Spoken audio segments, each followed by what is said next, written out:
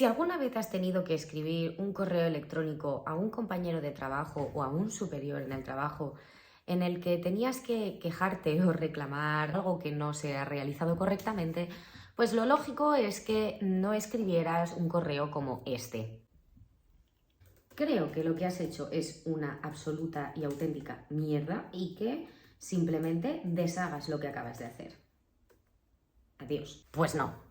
Tú no puedes escribir una carta para reclamar nada a nadie de ningún tipo de esta manera, a menos que se trate de tu hermano o hermana, que con los hermanos estas reglas todo el mundo sabe que no se aplican. No sé si tú sabes que tú puedes decir en esta vida absolutamente todo lo que quieras, pero lo importante es saber cuál es el tono adecuado para decir las cosas y qué palabras debes utilizar para que ese mensaje no se interprete como un insulto o como una vejación hacia tu imagen.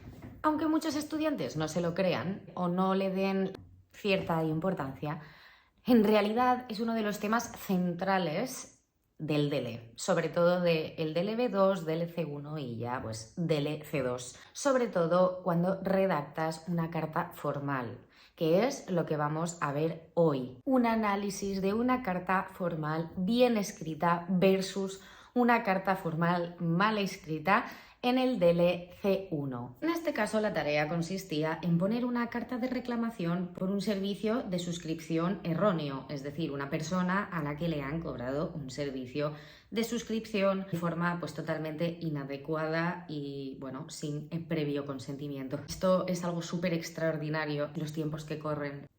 Nuestra querida amiga Alessia, en esta tarea, que sería el ejemplo de tarea que no es apto, que está suspendido, dice: estimados señores, que bueno, aquí comienza bien, la verdad. Hay que decir que la fórmula de cortesía para empezar la carta es correcta, es perfectamente correcta. Pero ¿qué es lo que hace nuestra amiga aquí? Que no está tan bien. El motivo de este correo electrónico es para explicar que no quiero seguir suscrito a ese periódico. Me han retirado el dinero de mi cuenta por una suscripción que yo no había pedido y por eso exijo que me devuelvan el dinero enseguida. Alessia, cálmate, cálmate, que aquí nadie ha matado a nadie. No sé por qué no me han consultado previamente. Me envían mensajes para todas las últimas noticias y cuando se trata de cosas más importantes no pierden 5 minutos para escribir 2 líneas de clarificación. Te habrás dado cuenta de que quizás el mensaje de Alessia es un poco demasiado directo y echa unas culpas directamente a los redactores de este periódico, el que esté encargado de renovar las suscripciones de los clientes. Y eso ya es el primer problema del por qué esta carta no ha aprobado. Vuestro periódico Mañana es lo más importante y serio de toda España y no me doy cuenta del por qué ha pasado esto.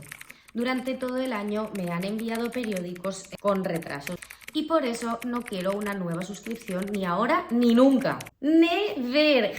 Lapidaria. Prefiero comprarme un periódico diferente cada día y no volver a comprar más el mañana. Espero que después de este correo el servicio mejore también para los otros lectores porque ahora a mí me da igual.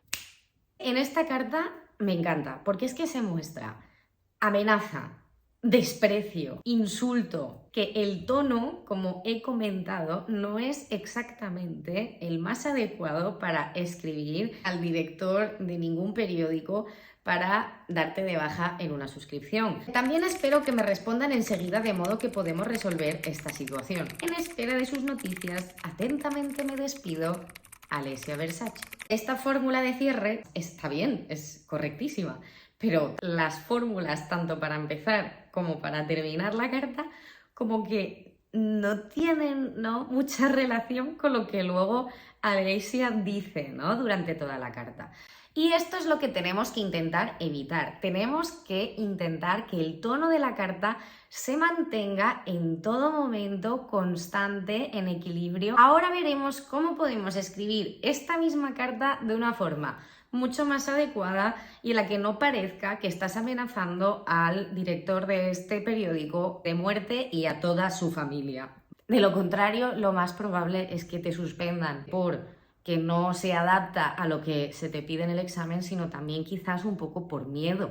En este caso, como ejemplo que vamos a analizar de carta bien escrita, de carta que se considera apta en un DELE C1, opta por la misma fórmula de cortesía para empezar. Estimados señores, que esta fórmula ya hemos dicho que es muy adecuada. Les escribo para comunicarles que el año pasado pagué por adelantado el periódico Mañana, un año de suscripción, pero acabo de darme cuenta de que, a pesar de que el año se haya concluido, el periódico me ha cobrado directamente del banco un año más, de nuevo por adelantado, sin consulta previa. Como podemos ver, Oriana dice exactamente lo mismo de lo que ha dicho nuestra antigua amiga Alessia, pero en este caso no dice que vosotros tenéis la culpa, me habéis cobrado, sino que el periódico me ha cobrado. Es decir, que traslada la culpa de una segunda persona a una tercera persona. Esa ya sería una primera estrategia para realizar un discurso mucho más formal, un discurso que está mucho más alejado, ¿no? Con lo cual es mucho menos ofensivo para la persona que lo lee. Por eso, el motivo de este correo electrónico es informarles de que no quiero seguir suscrito y que exijo que me devuelvan el dinero que me han retirado de mi cuenta. No comprendo cómo sea posible que un periódico tan famoso como el de Mañana haya podido cobrar el dinero de su cliente sin consultarlo previamente. Aquí vuelve a repetir esa misma estrategia. Espero que se trate simplemente de una casualidad, de un error, y que no ocurra frecuentemente, porque con este comportamiento perderían en poco tiempo todos los clientes y podrían haber muchos problemas con la justicia. Oriana repite lo mismo que ha dicho Alessia, y sin embargo nuestra amiga Oriana podemos observar que hace uso del condicional, es decir, trata las consecuencias de este error como una posibilidad, no como una realidad. Si te portas así, vas a perder clientes. No, lo trata como una posibilidad, como algo que podría ocurrir. Esta también es otra estrategia para elevar el tono y para que no sea tan directo y sea más formal. Además, no puedo expresar mi descontento por el servicio recibido a lo largo del año. Retraso en el inicio de los periódicos, falta de algunas páginas de los periódicos y no solo eso. En este caso, simplemente evita referirse a nadie, utiliza una estrategia impersonal. Esta es una estrategia muy buena para cuando no quieres dirigirte directamente a el sujeto que ha realizado una acción. Tanto nuestra amiga Oriana como nuestra antigua amiga Alessia se despiden con una fórmula de cortesía adecuada al género. En espera de sus noticias, me despido atentamente, Oriana. Aquí habéis podido ver la gran diferencia que existe entre una carta formal redactada de una manera poco formal y otra carta redactada de forma adecuada. Esto es lo que tenéis que perseguir cuando os estáis preparando para el DELE.